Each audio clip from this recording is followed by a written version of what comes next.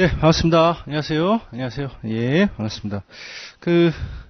리뷰 인원이 원래 온라인이 많고 오프라인은 학점 취득 과정이 아니기 때문에 원래 많이 없는데요. 꽤 많이 나오신 것 같아요. 생각보다. 그리고 리뷰 교재는 보시면 이렇게 사판이라고 적혀 있는 리뷰 교재입니다. 그래서 혹시 예전판 가지신 분들은 본문은 크게 차이가 없어요. 제가 차이 나는 부분은 제가 한 페이지 정도인데, 그거 제가 핸드아웃으로 나눠드릴, 오타 이런 것만 좀 잡았고, 한 페이지 정도? 이렇게 차이가 나고, 뒤에 문제가 이제 릴리스 퀘스천이 많이 추가가 됐거든요. TBS 시뮬레이션 문제.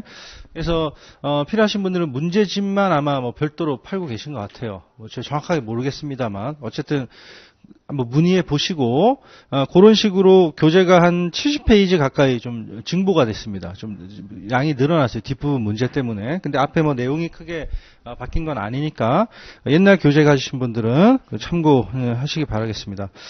자, 우리 교재 짧게 한 10분 정도 오리엔테이션 좀 하겠습니다. 지금도 오리엔테이션이에요. 거기 1페이지 보시면 이제 재고자산입니다. 재고자산이고, 우리 정규 강좌의 교재에 있는 내용은 일단 기본적으로 거의 다 들어가 있어요. 들어가 있고, 좀 내용이 약간 축약돼서 들어가 있고, 중간중간에 이제 예제들, 우리 풀어봐야 될 예제 같은 것들 좀 들어가 있죠. 그래서 제가 수업을 어떻게 진행할 건지에 대해서 가볍게 한번, 오버뷰를 좀 하고, 진도 1장, 재고자산 인벤토리부터, 진도를 나갈게요. 일단, 기본적으로 수업은, 굉장히 축약된 형태로 진행이 됩니다. 왜냐면, 인터를 우리가 총 3시간 반씩 16회 강의를 했잖아요. 굉장히 많은 양을 강의해도, 우리 보강도 한 4시간씩 보강하고, 그렇게 해서 힘겹게 진도를 마쳤습니다. 그래서, 근데 이 리뷰는 학원마다 분위기가 있을 수 있는데 저희 학원은 리뷰 때 새로운 걸 하려고 하지 말고 기존에 했던 거 그냥 복습하고 그냥 문제 좀 풀어주고 여기서 그냥 그치자라고 해서 시간을 굉장히 적게 잡은 것 같아요. 4시간 반 이렇게 제가 맡은 부분은 그거밖에 안 되죠. 그러니까 4주하고 마지막 5주차는 2시간만 이렇게 됩니다. 그래서 내용을 자세히 수업 때 했던 얘기를 다시 설명하고 이럴 시간은 없어요. 알겠죠? 그래서 기본적으로 이 수업을 듣는 분들은 정규 강좌를 열심히 들으시고 복습도 하시고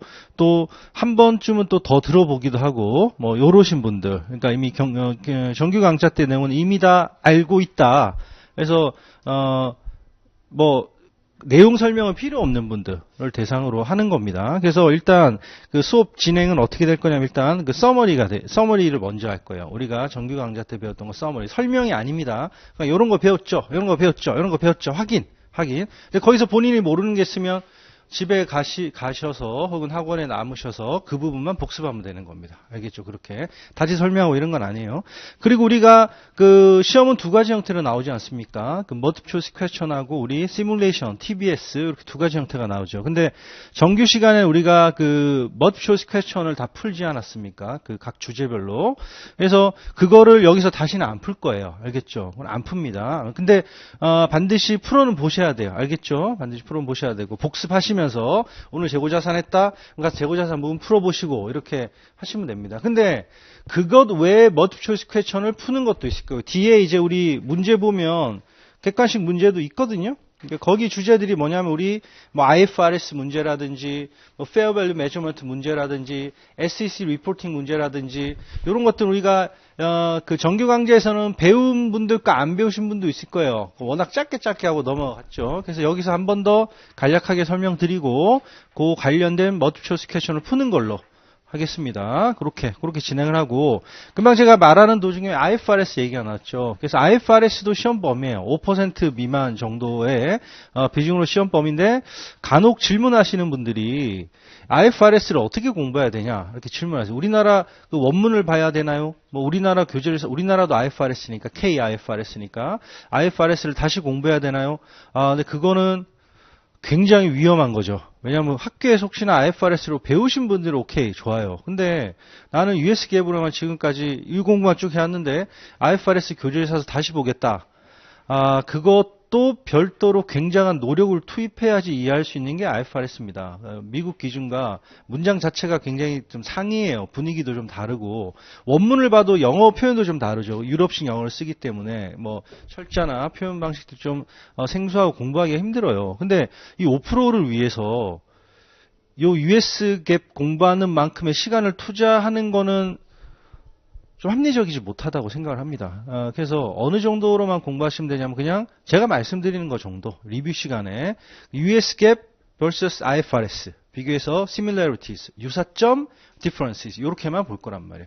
그 정도입니다. 5% 하기 위해서는 그 정도 노력만 들이면 되는 거예요. 이게 뭐 다시 우리 뭐 IFRS 책을 사서 다시 공부하고 저는 필요 없는 거라고 생각을 하니까 그 정도만 하시고 실제로 차이가 나는 것도 시험 문제 나와요. under IFRS 이렇게 시작하면서 그 요구사항이 나오면 그건 IFRS 문제인데 이게 실제로 US 갭 규정대로 풀어도 답이 나오는 그런 문제도 나와요. 이거는 이제 시밀러리티스가 되겠죠. 유사점 같은 것들이 나오고, 그다음에 그렇게 하면 안 되고 IFRS 규정으로만 풀어야 되는 디퍼런시스가 있는 문제들도 있거든요.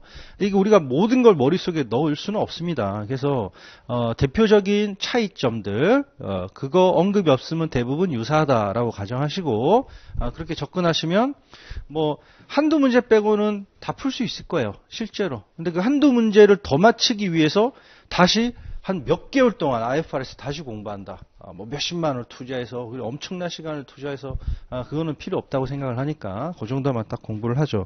그래서 지금 말씀드렸지만 수업은 일단 우리 기본적으로 정규 시간에 배웠던 내용의 서머리가 있을 거고 그 다음에 수업 시간에 안 다뤘던 주제들에 대해서는 별도로 간략하게 설명하고 그 다음에 멀티플 초이스 퀘스천까지 풀어보는 걸로 뒤에 문제가 있거든요. 그렇게 하고 정규 강좌에서 풀었던 그 문제는 당연히 안 풀 겁니다. 별도로 복습할 때 보십시오라고 말씀드렸고 그리고 지금 IFRS는 그 US 갭과의 차이점, 유사점 정도만 살펴보고 역시 멀티플 초이스로 같이 풀어볼 겁니다. 풀어보고 중간에 예제들도 풀어봐요. 예전에 이제 시뮬레이션급의 예제들도 다 풀어볼 거니까 그 정도만 정리해도 허덕이실 테니까 그 정도로 그냥 만족하시고 자, 그 다음에 이제 마지막으로 우리 정규 시간에는 수업 내용 그러니까 일반적인 내용 정리, 설명 그리고 멀티플 초이스 퀘스천 그렇고 우리 시뮬레이션을 안 풀었어요. 시뮬레이션. 그래서 TBS도 우리가 최근에 한 10몇 년간 릴리스했던 문제 중에 요 우리 인터 주제에 맞는 것들 다 정리해서 뒤에 붙여놨어요. 그리고 뭐 풀어보시면 아시겠지만 시뮬레이션이라서 특이한 게 아니라 우리가 멀티플 초이스 퀘스천이나 우리 교재에 있던 예제들, 그다음 리뷰 교재에 있는 예제들 이런 것들이 종합돼서 시뮬레이션으로 나오는 거니까 그렇죠. 우리가 알고 있는 주제가 객관식이냐 주관식이냐 그냥 그겁니다. 알겠죠? 그러니까 뭐 불안해하지 마시고 열심히 따라오시면 뭐 100점을 받을 거라고는 자신 있게 말씀을 못 드려요. 그냥 모르는 문제가 나올 수 있으니까. 근데 제가 아까도 말씀드렸지만 우리가 모르는 게 몇 문제 나올 수 있는데 그 몇 문제를 위해서 또 몇 개월의 시간을 더 투자하고 이거는 비효율적입니다. 머릿속에다 정리할 수도 없고 아시겠죠? 그래서 뭐 100점 받을 99점이 만점이죠. 100점 받을 생각하지 마시고 뭐 한 97점? 97점 요 정도? 95점? 네, 뭐, 그 정도로 붙으면 되지 않습니까? 그러니까 제일 효율적인 건 한 70점대 후반대 이렇게 붙어주면 제일 좋잖아요. 그렇죠? 그렇게 그냥, 근데 그건 너무 좀 위험하니까, 한 90점 정도, 이렇게. 그러니까, 왜 웃습니까? 그러니까, 90%, 10문제, 100문제 중에 10개는 다 몰라도 된다는 거예요. 몰라도 되고 그렇지 않습니까? 그러니까 그렇게 생각하고 편하게 접근하세요. 그리고 본인이 혹시 시험 보러 가셨는데 내가 떨어졌다.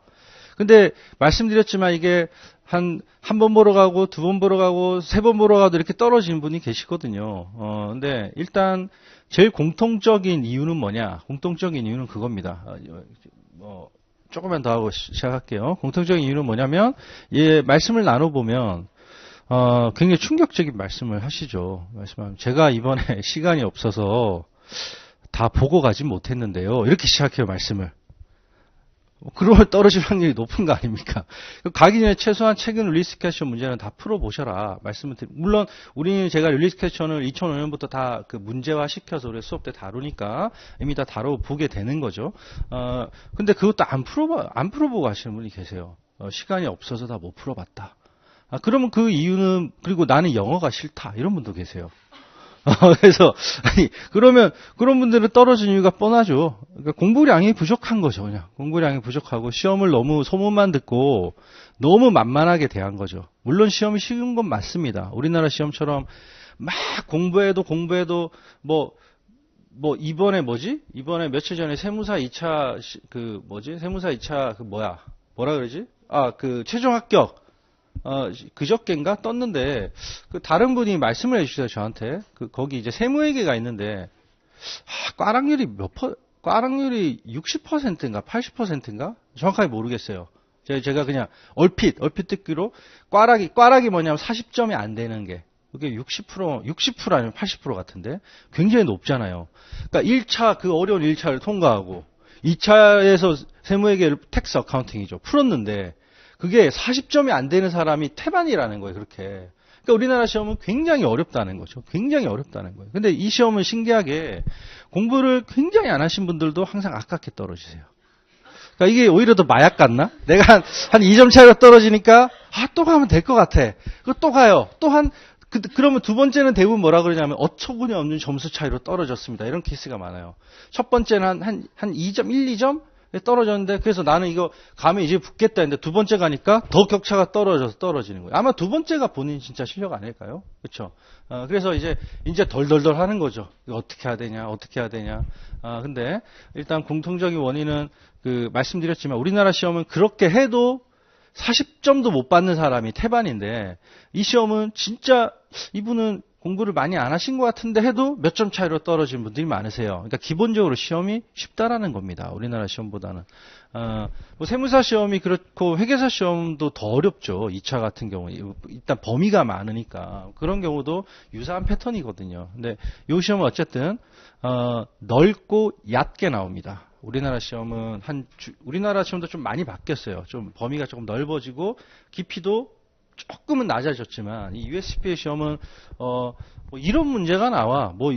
너무 이 문제가 이거 관리가 엉망 아니야? 할 정도로 어이없이 이런 문제들도 나옵니다, 실제로. 문제 구성 자체도 엉성한 문제들도 있고, 그래서 넓고 얕게 공부하셔야 된다라는 거, 그리고 충분히 공부를 하고 가셔야 된다라는 거예요. 돈과 시간을 투자하는 거니까. 시험 보러 가는 것도 일단, 몇백만 단위가 들 수가 있잖아요. 그렇죠? 어디로, 며칠간이냐에 따라 다르지만, 기본적으로 100만 원은 넘지 않습니까? 괌에 가더라도. 200 가까이, 들어가니까, 신중하게 열심히 공부해서 가시고, 그 다음에 충분히 공부했는데, 이분은 분명히 붙을 분인데 떨어진 분들도 계세요. 그건 뭐냐, 이제 운이 따라주지 않는 경우죠. 그러니까 문제 풀 자체가 어처구니 없이 어렵고 이상한 문제들로만 구성된 셋도 있습니다. 저도 그런 얘기를 몇 번 들었어요. 시험 보러 갔다 오신 분한테. 제가 듣고 이제 거짓말인 줄 알았어요. 설마 문제가 이렇게 나왔을까? 근데 그런 분들이 계시다고 하니까, 그렇죠. 그럴 수 있다라고 생각해요. 이 시험 자체가 그렇게 나올 수 있으니까. 그래서, 근데 어쨌든, 그렇게 해서 포기하시는 분은 그걸로 끝이에요. 근데 포기만 하지 않으면 이 시험은 거의 100% 가까이 합격하는 시험이에요. 포기만 하지 않으면. 자, 그래서, 오리엔테이션 요 정도 하겠습니다. 그래서 수업 진행이 어떻게 되는지 설명드렸고, 그리고 이제 시험 보러 가시기 전에 여러분들이 어떤 마음가짐을 가지고 가셔야 되는지, 그런 것도 좀 말씀을 짧게 드렸어요. 그러니까 시간이 부족하기 때문에, 더 드리고 싶은 말씀은 많지만, 요 정도로 하고, 진도 바로 나가도록 하겠습니다. 자, 우리, 첫 번째 주제는 우리 이제 재고자산 주제죠. 재고자산 주제. 재고자산 주제. 자, 재고자산인데요. 제가 칠판에 조금 쓸게요. 시간이 충분하지 않을 것 같아서 많이는 쓰지 않고 기본적인 내용들 그냥 제가 여러분들도 그냥 요거 같이 이면지나 연습장하고 책 옆에 여백 있지 않습니까? 끄적끄적 같이 연습하듯이 같이 써보시죠. 책이 이렇게 구성이 돼 있잖아요. 그렇죠? 이거 왜 있냐면 필기하라고 있는 부분이에요. 아시겠죠? 근데 필기하실 때 조심하셔야 되는 게 여기 문제들이 있지 않습니까? 그럼 이 문제는 옆에다 문제풀이를 해야 돼요. 그러니까 쓰실 때 여백을 조금 남겨 두시고 좀 기술적으로 이렇게 판서를 좀 해주시기 바랄게요. 그러니까 1페이지도 문제가 있고 2페이지도 문제가 있고 3페이지도 문제가 있고 4페이지도 문제가 있지 않습니까? 그러니까 적절히 여백을 조금씩 남겨 두시고 하시고 더 좋은 거는 이제 별도로 노트, 연습장, 이면지 같은 거 들고 오셔서 같이 쓰는 게 제일 좋을 것 같습니다. 자, 여러분들 재고자산은 이제 진도 나갈게요. 자, 우리 재고자산 회계 처리의 핵심은 요거잖아요. 재고자산 회계 처리 핵심은 beginning inventory, 기초 재고, 그다음에 purchase, 매입, 기초 재고와 매입한 것들이 결국은 어떻게 CGS와 ending inventory, 기말 재고로 요렇게 allocation이 되느냐, 그렇죠? 그러니까 요게 얘가 어떻게 요렇게 이 코스트가 allocation 되느냐라는 게 재고자산 회계 처리의 핵심이죠.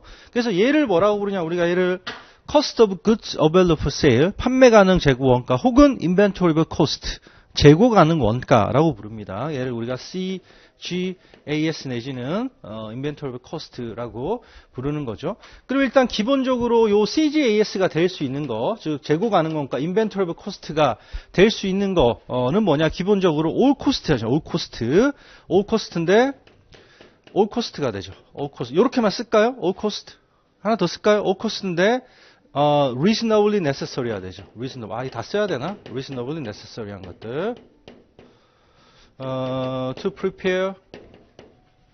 쓰다 보니까 다 쓰네. to goods for sale. 그쵸. 여기에 굉장히 좋은 얘기들이 많이 들어가 있죠. 기본적으로 모든 원가가 다 재고 원가가 될 수 있다. all cost가 다 재고 원가가 될 수 있는데 일단 그 재고 금액이 합리적이어야 되고 요게 필수적으로 발생하는 부수 비용들, 인센터 코스트들이 돼야 되는 거고 그리고 요 뒤에 있는 말은 결국 그거죠. 재고자산이라는 게 뭐냐? goods for sale, 판매 목적으로 보유하는 것들 아닙니까? 근데 판매 가능한 상태로 이기까지 발생한 모든 원가들이 뭐가 되냐면 재고 원가가 된다라는 거예요. 근데 중요한 건 여기에 우리 exception, 예외가 있었죠. 예외가. 여기에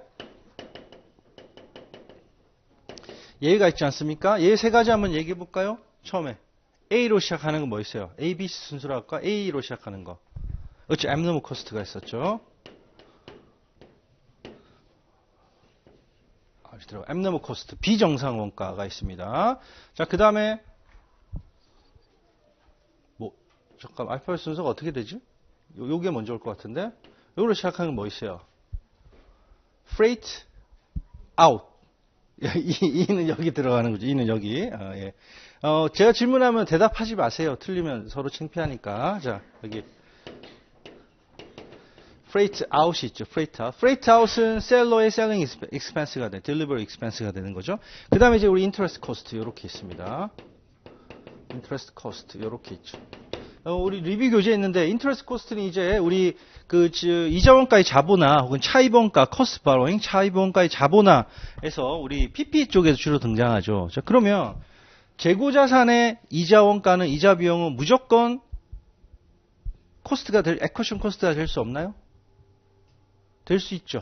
뭡니까? discrete project인 경우. 그렇잖아. 재고자산이라도 루틴리 프로듀스 인벤토리는 익스펜 처리하지만 제작 건설의 장기가 소요되는 discrete project, 별단의 프로젝트의 경우에는 우리가 걔를 자본화해 주잖아요. 5장 내용이지만. 그쵸? 그런 식으로 좀 정리를 하시면 되겠죠. 그래서 요 예외들 굉장히 중요하죠. 예외들. abnormal cost, freight out, interest cost. 요게 재고 원가가 될 수 없는 것들이다. 이렇게 보셔야 되겠죠. 자, 그리고 요 P가 요 정도 정리하고 지금 혹시 듣는 것 중에 나 모르는 게 있다? 그럼 시험 보러 가시면 안 돼요. 이거는 반드시 알아야 될 필수적인 것들이니까 지금 하는데 모르는 게 있는데 어쨌든 잘 해서 가봐야지. 그럼 물론 합격할 수도 있지만 가능성이 있어서 좀 힘들 가능성이 많죠. 그래서 근데 혹시나 모르는 게 있으면 오늘 굉장히 잘 나오신 거죠. 그렇죠? 다 아는데 뭐하러 나왔습니까 오늘? 그렇죠. 모르는 게 있으면 오늘 계속 말씀드렸듯이 쉬는 시간에도 한번 찾아보고 그 다음에 수업 시간에도 본인이 공부했던 거 옆에 놓고 저게 뭐지 이렇게 찾아보시고 시간이 없으신 분들은 저녁에 집에 가셔서 또 복습하시고 보충하시고 이렇게 하는 거죠. 리뷰 수업은 그렇게.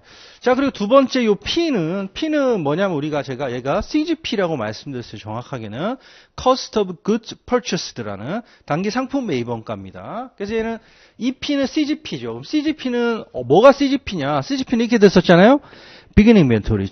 야 뭡니까 이게? 왜 이걸 씁니까 제가? 죄송해요. 죄송해요. 빨리 지웠어요. 죄송해요.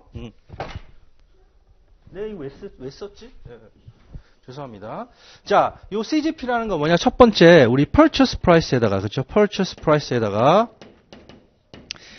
Price에다가 요걸 빼는 거죠. 뭐 빼냐면 여기 약자로 쓸게요. Purchase Returns and Allowances를 빼죠. 빼고 그다음 우리 Purchase Discount도 빼요.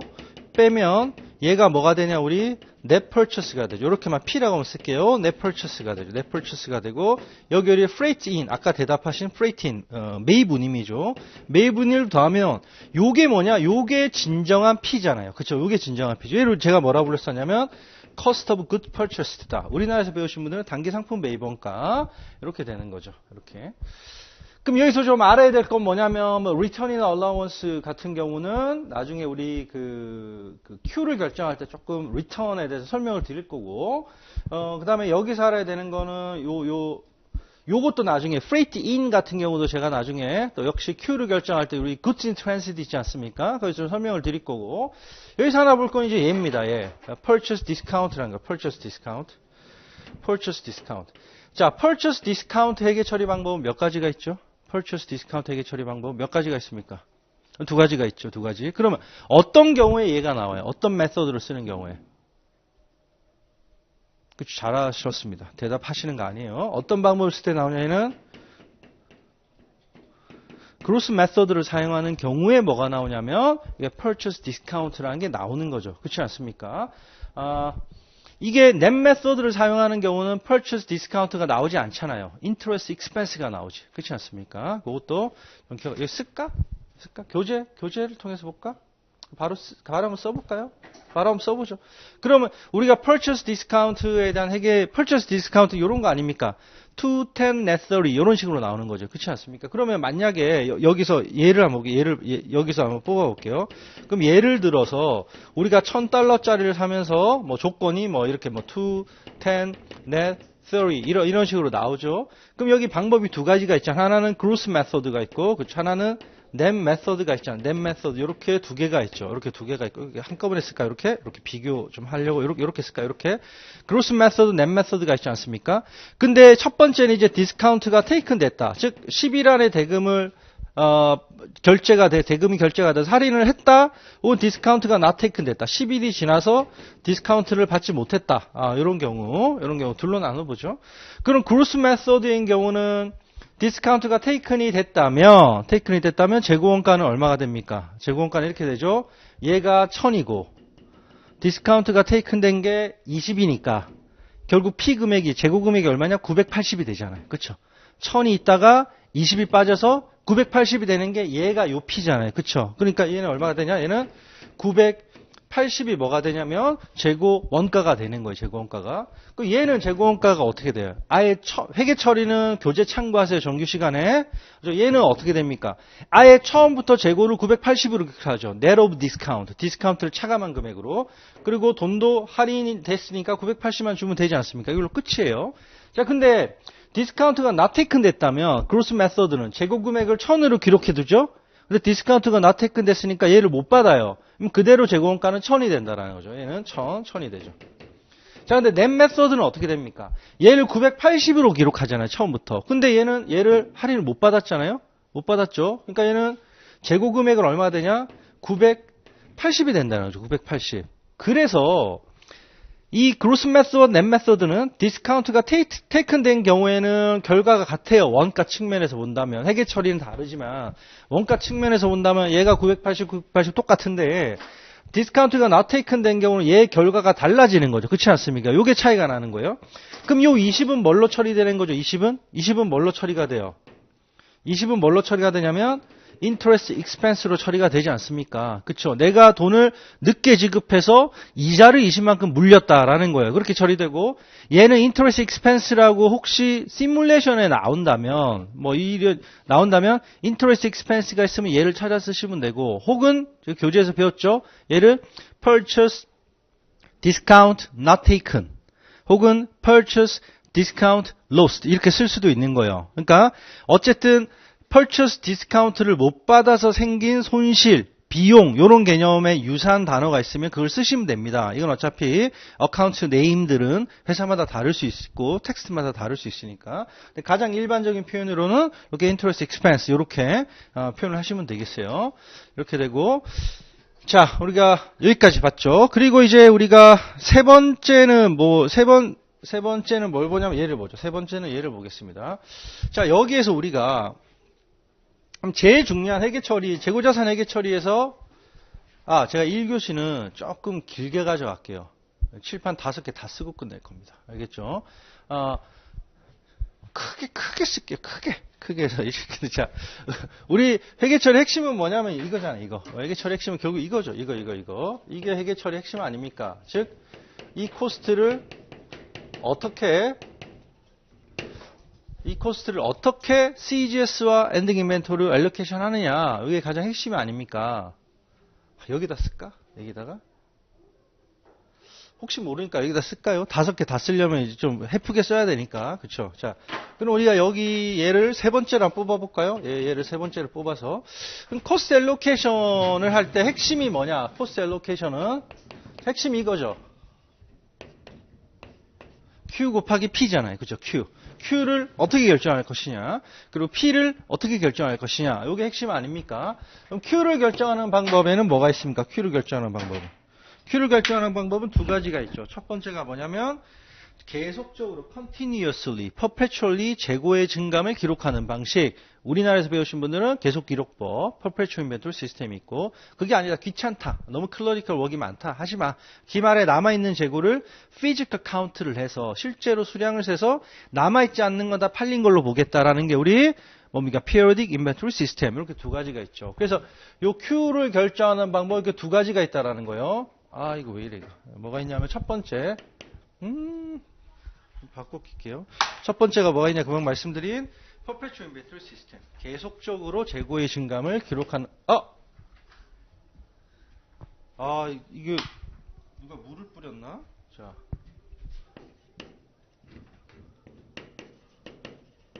perpetual inventory system. 두 번째가 periodic inventory 시스템이 있습니다. 요건 뭐 안 쓸게요, 제가. CGS가 먼저 결정되냐, 엔딩 인벤토리가 먼저 결정되냐, 그런 거 이제 안 쓰겠습니다. 그건 AP 때부터 쭉 한 거니까 충분히 제가 지금 말로 다 설명을 드렸어요. 이렇게 있고, 자, 그 다음에 P를 결정하는 방법이 뭡니까? P를 결정하는 방법 우리가 뭐라고 불렀어요? P를 결정하는 방법 우리가 cost flow assumption, 원가 흐름의 가정, 원가 흐름의 가정이라고 부르죠. 그래서 원가 흐름의 가정은 이렇게 네 가지가 있지 않습니까? 1, 2, 3, 4, 네 가지가 있는데, 사실 여기서 가정은 2, 3, 4밖에 없어요. 그쵸? 2, 3, 4밖에 없지 않습니까? 왜냐하면 1번은 가정이 아니니까. 실제로 어떤 재고가 팔렸는지를 일일이 추적하는 방법이란 말이에요. 얘가 우리가 뭐라 부르냐? 개별법. Specific Identification Method라고 부르죠. 개별법이라고 부르고. 두 번째는 우리가 먼저 들어온 게 먼저 나간다. 가장 일반적인 물량의 흐름을 나타내는 FIFO, 선입선출법. 나중에 들어온 게 먼저 나간다. 이상한 물량의 흐름이죠. 하지만 우리 주로 광물 같은 것들, 예전에 우리 IFRS 도입 이전에 그 정유회사 같은 곳에서 많이 쓰던 방식이죠. 후입선출법. 그 네 번째가 이제 Average Method, Average Cost Method. 평균법이 있습니다. 평균법.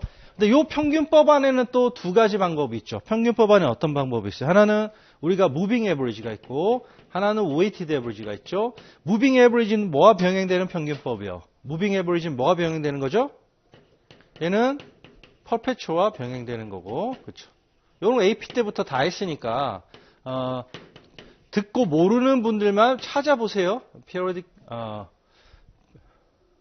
Periodic 인벤토리 시스템과 병행된 게 웨이티드 에버리지. 아시겠죠? AP 때부터 계속 했던 겁니다. 했고.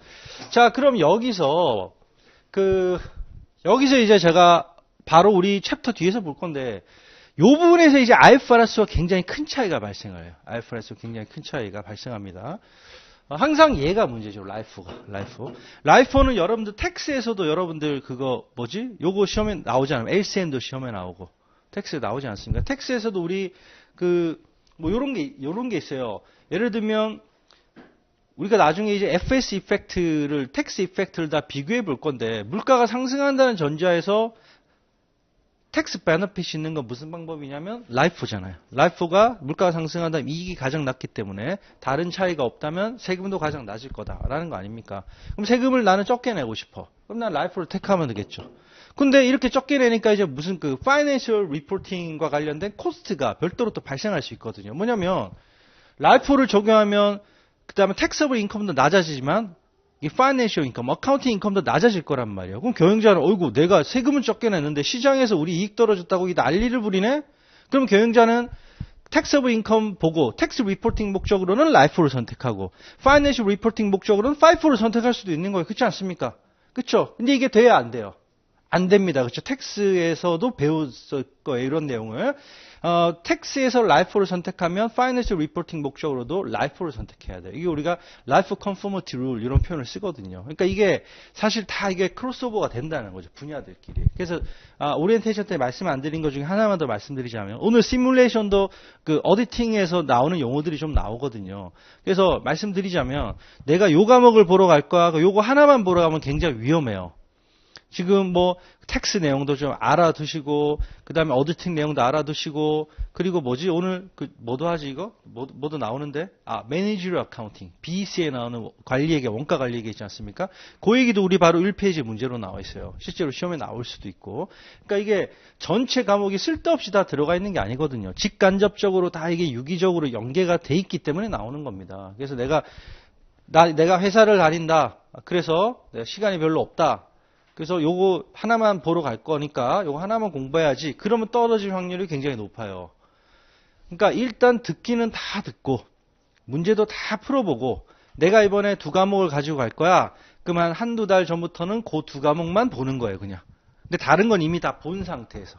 시험을 칠 수 있는 정도로 정리는 못했지만 보면 찾아보면 뭔지 다 알만. 어디에 뭐가 있고 요 정도는 다 알 정도로 하고 시험장에 가셔야 됩니다. 알겠죠? 그러니까 뭐 라이프가 워낙 좀 독특한 애라서 제가 설명을 드렸어요. 왜 제가 지금 갑자기 라이프 가지고 뭐 텍스 얘기도 하고 이랬냐면 그거는 그러니까 다른 과목과 좀 유기적으로 공부하시라는 의미에서 말씀드린 거고 다시 일이 돌아와서 제가 라이프 얘기를 꺼낸 이유는 뭐냐? 이 라이프는 US 갭에서는 허용을 합니다만 IFRS에서는 라이프가 금지가 돼 있어요.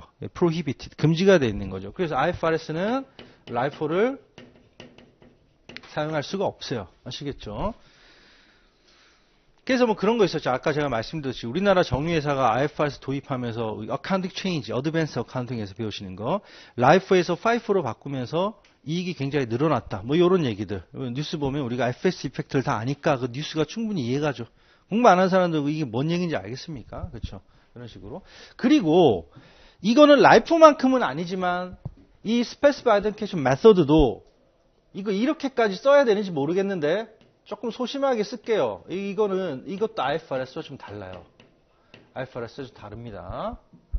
엄청난 차이가 있는 건 아니에요. 실무는 똑같은데 표현이 조금 다를 수 있어요. 실무는 거의 유사한데 똑같은가 유사한데 근데 얘는 실무가 완전 다르고 이론도 완전 다르고 시험도 명확하게 다르게 나오겠죠. 이런 부분들 나중에 정리할 겁니다. 알겠죠? 그렇게 하시고.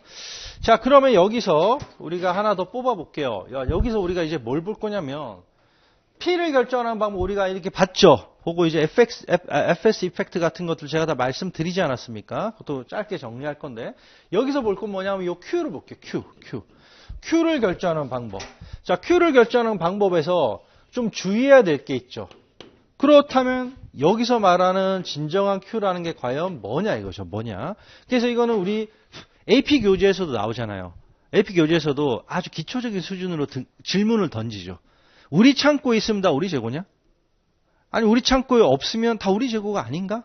이런 질문을 던지지 않습니까? 그래서 이 진정한 Q를 결정하기 위해서는 여러분들이 몇 가지 창고에 있는 게 이게 우리 재고인가? 창고에 없는 우리 다른 재고가 있는가? 이걸 다 따져봐야 되지 않습니까? 그래서 여기서 우리가 첫 번째 고려해야 될 게 이제 약자로 그냥 쓸게요. 약자로 안 쓸게요. 자. goods in transit이죠. 미착 상품, 운송 중인 재고입니다. 그럼 미착 상품, goods in transit의 소유권은 누구에게 있어요? 셀러예요, 바이어예요? 응? 셀러예요, 바이어예요? 누구 거예요? 얘는 누구 재고입니까? 셀러 거, 바이어 거? 자신 있으셔 대답을 하셨네. 맞습니다. 누가 될지 모르는 거죠. 그렇죠. 아주 잘하셨어요. 누가 될지 모르죠. 이 정도면 탁 넘어오시는데 그냥 바이어요. 이렇게 이제 얼굴이 빨개지고 이러시는데 안 넘어오시네요. Goods in Transit은 누구 재고인지 알려면 뭘 알아야 되냐? 이거 shipping terms, freight terms가 나와야 되죠. shipping term, freight terms. 그래서 얘는 뭐가 있냐면 두 가지가 있잖아요. 두 가지가. 여기서 우리가 뽑아내야 될 게 뭐냐면 조건이 FOB shipping 포인트냐? FOB destination이냐. 이렇게만 써도 되겠죠? FOB shipping 포인트냐? FOB destination이라는 요 shipping term 혹은 freight term이 결정돼야 되는 거죠. 이게 결정돼야 되는 거죠. 그래서 FOB shipping 포인트라면 이 재고의 ownership, 소유권,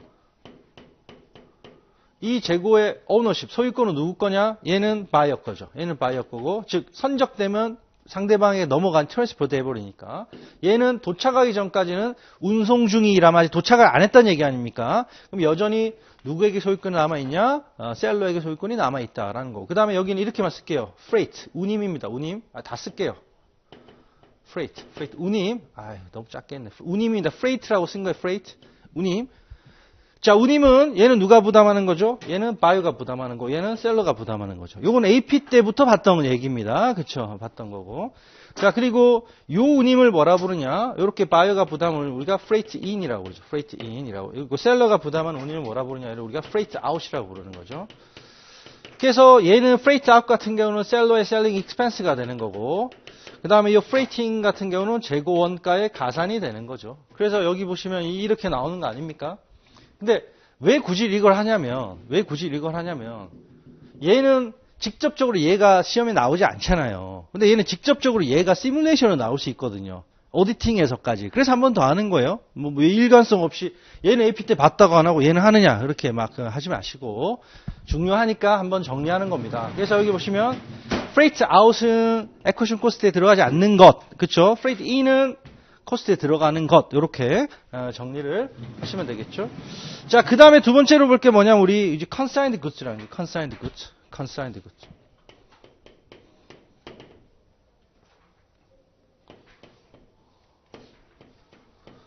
자, consigned goods가 뭡니까? consigned goods가 위탁 상품, 위탁 재고, 적성품 이렇게 우리말로 하죠. 판매를 위탁한 것 이렇게 그냥 알아두시면 되죠. 그럼 consigned goods는 누구 거예요?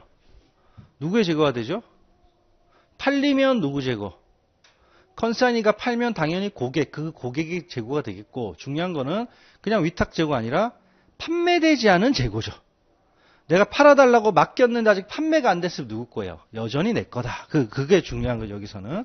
여기서는 핵심이 뭐냐? 핵심이 판매되지 않은 unsold goods는 여전히 누구의 재고냐? 여전히 unsold goods는 얘는 consignor의 왜 제가 이렇게 썼죠? 왜 이렇게 썼을까? 이렇게. 컨사이너의 재고가 된다는 거 아시겠죠? 컨사이너의 재고가 된다는 거. 요게 여기서는 핵심이 되죠. 역시 요것도 AP 때부터 봤습니다. 왜 하느냐? 시험에 나오니까. 시뮬레이션이 다 나올 수 있으니까.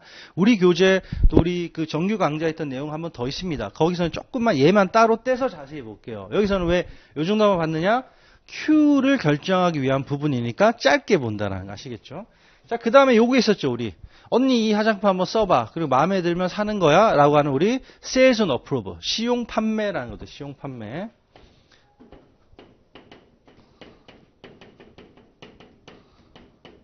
시용 판매 같은 경우도 누구의 재고예요? 이것도 아직 매입의 의사 표시를 하지 않았으면 여전히 회사의 재고죠. 그래서 여기서는 중요한 표현이 매입의 의사 표시, acceptance라고 해도 되고, acceptance라고 agree to purchase, 사겠다라는 의사 표시를 하면, 요게 이제 소유권이 기속되는 거고, 그 전까지는 여전히 회사의 재고로 남아있게 되는 거죠. 자, 그 다음에 네 번째가 이제, 제가 여기서 설명드린다 그랬죠. 요거, 아까 제가. 이 returns and allowance 제가 Q 부분에서 한번 설명드리겠다라고 하지 않았습니까? 이 반품이에요, 반품. 자, return. 반품을 하게 되면 반품된 재고는 소유권이 바이어로부터 다시 셀러에게로 백되는 거죠. 그렇지 않습니까? 그러면 뭐가 중요하냐면 역시 이게 언제 백되느냐 이거예요. 그 기준 시점이 있어야지 이게 셀러 재고인지 바이어 재고인지 즉 퀀터티가 정확하게 결정이 되지 않겠습니까? 어떤 시점? 어떤 시점? 노티스한 시점? 실제로 딜리버리한 시점? 아니죠. 뭡니까? authorize. 반품을 승인한 시점이 되는 거죠. 그렇죠? 얘는 요 단어만 알아두시면 된다 그랬죠. authorize 되는 시점을 잘 찾으시면 됩니다. 이렇게.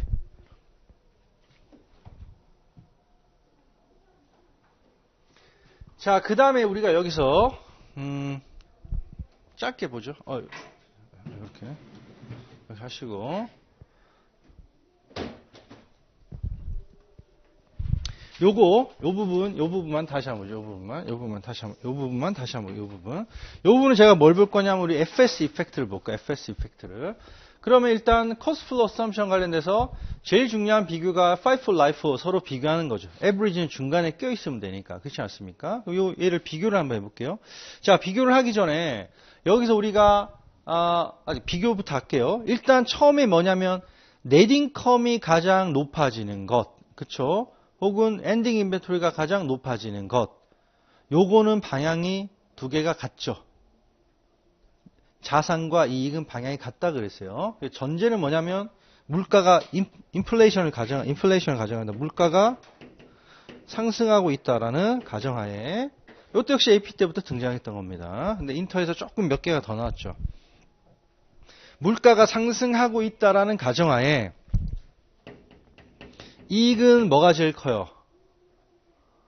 이익과 뭐는 같냐면 이익과 기말 재고는 같고 기말 재고와 이익이 같으니까 기말 재고 이익이 같고 net income은 뭐와 방향이 같냐면 retained earnings과 또 방향이 같죠. 그리고 또 뭐도 방향이 같아요. equity도 결국 retained earnings가 equity의 컴포넌트니까 결국 방향이 다 같을 거란 말이에요. 그러면 얘네들이 가장 큰 건 뭡니까? 물가가 상승한다면 FIFO죠. FIFO고 중간이 average고 끝이 뭐냐면 life가 되지 않습니까? 근데 average는 두 가지가 있잖아요. 뭐가 life 옆에 붙어 있는 거라 그랬어요?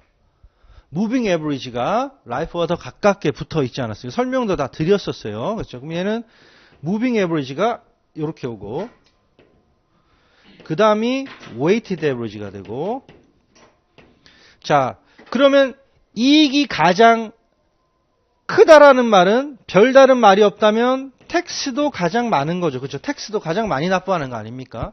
그럼 결국 여기서 우리가 뽑아낼 수 있는 게 뭐냐면 LIFO는 결국 뭐가 있다? LIFO는 텍스 베너핏이 있다. 이런 논리도 뽑아낼 수 있는 거죠. 그죠? 텍스 베너핏이 있다. 그럼 얘와 반대되는 건 뭐냐면 CGS죠. CGS는 얘와 반대되면 되겠죠. 그렇죠? 이렇게 CGS는 이익과 반대니까 이런 모양으로 가면 될 겁니다. 아시겠죠? 이런 모양으로 가면 될 거예요.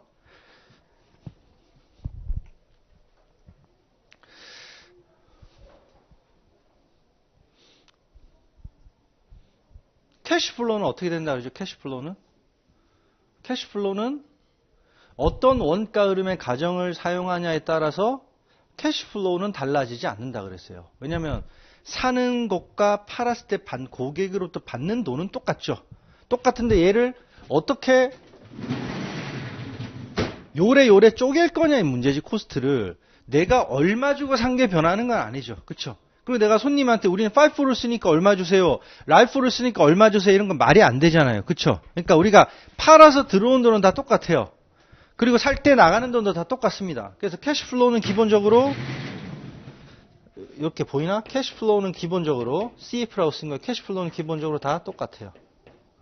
다 똑같아요. 이렇게 좀 잘라진 겁니다. 캐시플로우는 다 똑같아요. 아시겠죠? 이게 조금만 더 위에 있을 거. 캐시플로우는 다 똑같아요. 근데 이렇게 캐시플로우가 똑같다는 건 전제가 있죠. 대전제가 뭐냐면 이렇게 다 똑같을 때는 뭐가 없는 거냐? 텍스를 고려하지 않는 경우예요. 텍스를 고려하지 않는 경우입니다. 근데 만약 텍스가 고려가 된다면 이 캐시플로우는 바뀌죠. 텍스가 고려된다면. 그러니까 우리가 살 때 나가는 돈, 팔아서 들어오는 돈은 똑같잖아요. 근데 텍스가 없을 때는 똑같은데 텍스가 있다면 얘가 세금을 가장 많이 내지 않습니까? 그쵸? 얘가 세금을 가장 적게 내죠. 그러니까 텍스가 있다면 현금 흐름은 라이프가 제일 크겠죠. 그렇지 않습니까? 이렇게 되겠죠. 세금을 적게 내니까. 아시겠죠? 세금을 적게 내니까 이렇게 되겠죠. 이렇게 두시고. 그 다음에 우리가 요 라이프 뒤에 붙는 게 하나 있었죠. 라이프 뒤에 붙는 게 뭐냐면 라이프는 무슨 문제가 있느냐? 재고 수량이 감소돼서 기말 재고가 기초 수량보다 적어져서 즉 예전 재고층을 건드리는 순간 지금까지 디퍼돼 있던 모든 텍스가 한꺼번에 납부를 해야 되는 위험이 있다. 얘를 우리가 라이프 리퀴데이션이라고 불렀고 이 라이프 리퀴데이션을 방지를 위해서 만든 방법이 뭐냐면 달러 밸류 라이프라는 거죠. 달러 밸류 라이프. 달러 밸류 라이프는 그래서 항상 라이프 뒤쪽에 있어요. 요렇게 가면 되는 거죠. 이렇게. 그리고 금방 말씀드렸듯이 텍스 베너핏이라는 게 유지가 되려면 요 위로 쓸까요? 여기다 쓸까요? 여기 좀 비었네. 요 텍스 베너핏이라는 게 유지가 되려면 조건이 두 가지가 있어야 됩니다. 첫 번째 뭐냐면 첫 번째가 일단 물가가 상승해야 돼요. 물가가 하락한다면 결과는 다 반대지 않았습니까? 물가 상승해야 되고 그 다음에 기말 재고가 기초 재고보다 감소되면 안 돼요. 그렇죠?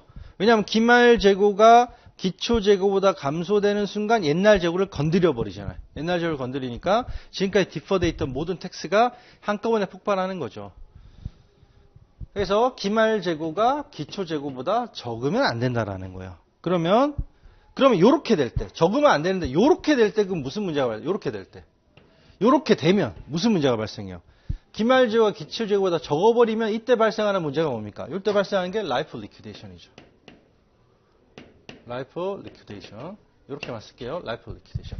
후입 선출 청산의 문제가 발생해버립니다. 그렇죠? 그래서 얘를 방지하기 위한 방법이 뭐냐? 따라서 얘죠. 그렇죠?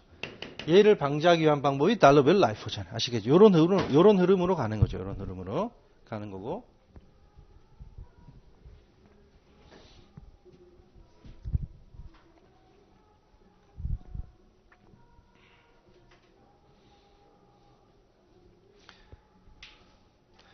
그리고 FIFO와 LIFO를 하나만 더 비교해 볼까요? 다시 요런 거 말고 한 번 더 비교해 보죠. 자, FIFO와 LIFO 중에 매칭을 중시하는 게 뭡니까? 매칭을 중시하는 게 LIFO죠. 왜냐하면 이번에 들어온 수익에 최근에 산 원가를 매칭시키니까 LIFO는 매칭이고 밸류에이션은 뭐가 좋아요? 밸류에이션은 FIFO가 좋죠. 왜냐하면 옛날 게 나가고 BS에 남아있는 재고는 최근 재고니까. 그렇죠? 이런 것도 제가 다 수업 때 설명을 드렸습니다. 그런 것도 정리하시고. 자, 그 다음에 우리가 칠판 다 쓰고 쉬려고 그랬는데 두 개만 쓰고 쉴게요. 너무 오래 걸리네. 너무 아껴 썼네. 이게 평소에도 너무 이렇게 알뜰하면 안 돼요. 세 개 다 날려버리지 않습니까? 큼직큼직하게 쓸 걸. 이렇게. 자, 그럼 우리가 마지막으로 하나만 더 정리할게요. 지금 세 번째까지 했지? 세 번째까지. 네 번째. 쓰고 바로 쉬는 거 아니고 쓰고 이게 책이 어딘지 보고 쉴게요. 아시겠죠? 그렇게 보고 쉬겠습니다. 자, 네 번째가 뭐냐면 얘를 네 번째로 볼게요. 네 번째. 자, 요걸 제가 네 번째 뭐 볼 것 같아요? 요거. 한번 맞춰보세요. 네 번째 뭐 볼 것 같습니까? 아껴 쓴 김에 완전 아껴 써야지. 자, 요 네 번째. 여기 뭐 쓸 것 같아요, 제가? 네? 맞습니다. 뭐 잘 안 들려요. 맞는 것 같아요.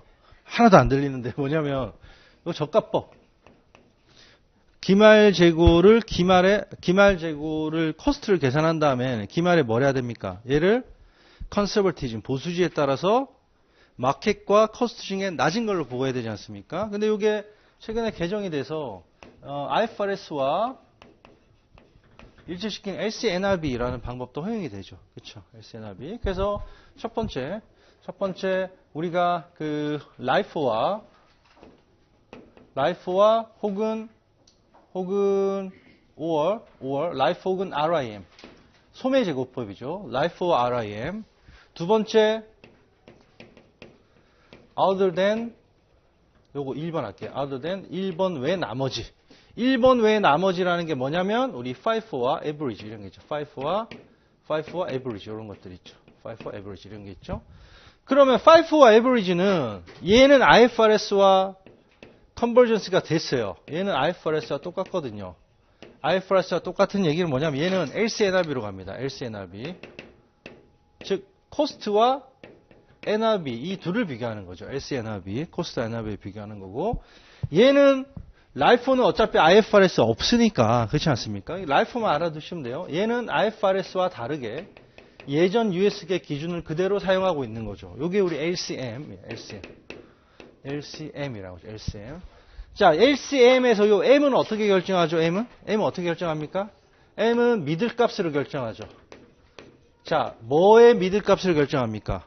하나는 실링인 NRB 그리고 원칙인 RC, Replacement Cost 그리고 플로어인 NRB-MP 요거의 미들값이 M이 되는 거죠.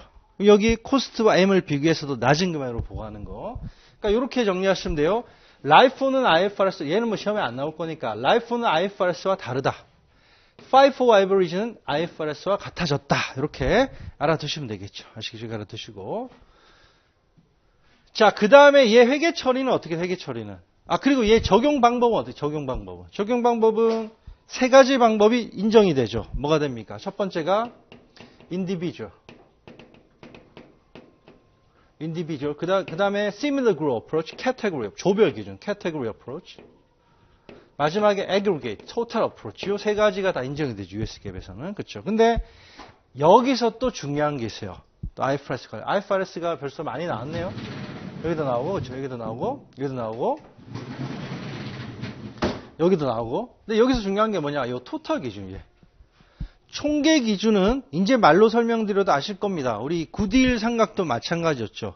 보다 더 보수적으로 하기 위해서 가장 보수적인 방법이 뭐냐? 얘잖아. 인디비주얼이 왜냐면 올라간 건 아예 고려가 안 되니까 내려간 것만 다 따지니까 얘가 가장 보수적이죠. 얘가 most conservative 하죠. 가장 보수적인 방법입니다. 근데 토탈은 이게 문제가 뭐냐면 총 합쳐버리면 어떤 거 올라가고 어떤 거 내려가는데 이 둘이 서로 업셋이 돼버릴 수 있었잖아요. 그래서 한 재고가 굉장히 가치가 하락했음에도 불구하고 어떤 재고 시가가 올라갔으면 이게 서로 업셋이 돼버려서 이게 보수주의와는 다른 방향으로 흘러갈 수 있다라고 했습니다. 그래서 이 토탈 기준은 IFRS에서 금지가 됐어요. IFRS에서는 총계 기준은 허용하지 않습니다. 허용하지 않고. 그 다음에 USGAAP의 또 대원칙이죠. 이거는 아예 전체가 IFRS와 완전 다른 거예요. USGAAP의 대원칙이 뭐냐? 리커버리가 안 되죠. 리커버리, 미국에서는 리커버리가 하는데 우리나라에서는 환입이라는 표현을 씁니다. 그래서 IFRS도 환입이라는 표현을 써요. 얘가 리버설이라고, 리버설, 환입. 뒤집는다는 거죠. 그때 깠던 걸 다시 뒤집어서 게인으로 인식하느냐. 근데 리커버리 USGAAP에서는 다 금지되죠. 리버설이 안 된다라는 거예요. 하지만 IFRS는 대원칙이 뭐냐? 요 리버설이 인정된다라는 거죠. 인정되는데 IFRS가 이것 때문에 USGAAP보다 훨씬 어려워요. 왜냐하면 리버설을 인정해 주되 이게 또 실링 한도가 있거든요. 얼마만큼 인정해 줄 것이냐 이런 한도가 존재한다라는 거죠.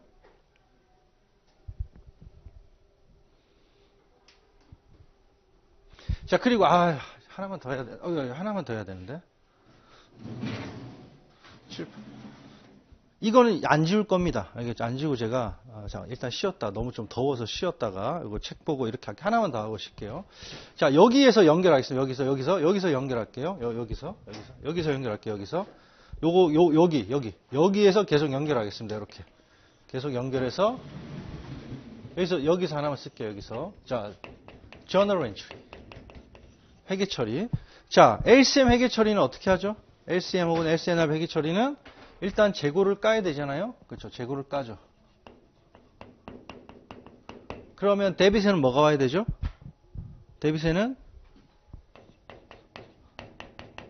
CGS가 오죠. CGS가 오지 않습니까? 그래서 CGS가 와요. 근데 이건 어떤 상황에서? 얘는 유저란 상황이죠. usual 하거나 혹은 expected. 즉, 정상적이고 예상 가능하다면 얘를 CGS로 보내지만 예상치 못한 상황에서 내가 재고 가치가 하락됐다 그러면 얘는 CGS로 보내면 안 된다 그러죠. 원가성이 없으니까. 이 경우는 재고를 까는 대신에 뭐가 올 수 있느냐? 여기 loss due to market decline이라는 other loss. 기타 손실이 올 수 있는 거죠. 이렇게. 얘는 어떤 상황이냐?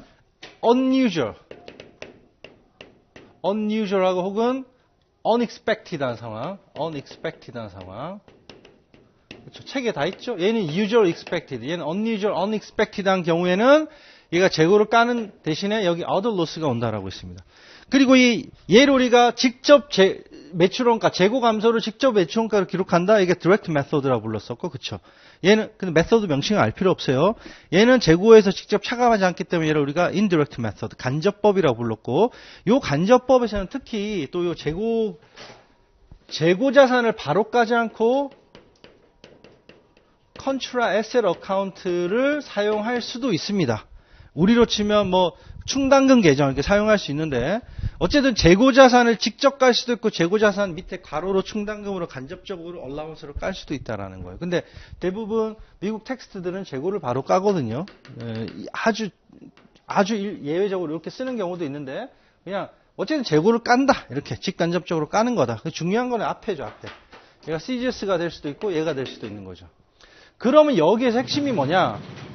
우리가 기말에 재고를 지금 LCM을 적용해서 재고가 까졌어요. 재고가 까지면 이 없어진 재고만큼은 열이 붙어야 되는 거죠. CGS로. 그렇지 않습니까? 근데 얘를 write down, 감액을 시켰는데 이게 원가성이 없다라는 거죠. 그럼 얘는 뭘로 온다 그랬죠? 얘는 여기에 금방 봤던 loss due to market decline이라는 별도의 other loss로 와줘야 되는 거예요. 그렇죠? 그러니까 이렇게 되는 거죠. 얘가 100인데 얘가 60, 40이에요. 근데 얘가 40 계산을 해보니까 30으로 가치가 떨어졌어. 그럼 100이 60, 40에서 65, 35가 되면 되는 거예요. 근데 이게 100이 60, 40에서 얘가 가치가 30으로 떨어졌는데 이 5는 비정상적인 상황이라서 원가로 볼 수 없어요. 그럼 이 5는 어디로 가느냐? 요리로 가면 되는 거죠. 그러면 100, 65, 35 이렇게 된다라는 거예요. 아시겠죠? 이렇게 뭐 또 우리 리뷰 교재 문제도 있습니다. 알겠죠? 이렇게 한번 풀어볼게요. 자, 이렇게까지 하면 일단 그 스페셜 프로그램들 몇 개 빼고는 중요한 건 다 본 거예요. 그래서 조금 덥고 첫 시간이고 하니까 우리 잠깐 쉬었다가 요것들 교재 어디 있는지 안 지울 겁니다. 교재 어디 있는지 확인하고 제가 나중에 요 두 판은 수업 중에 지울게요. 제가 원래 수업 중엔 칠판 안 지우잖아요. 요건 지우겠습니다. 수업 중에 2교시에. 잠깐만 쉬었다가 계속하겠습니다.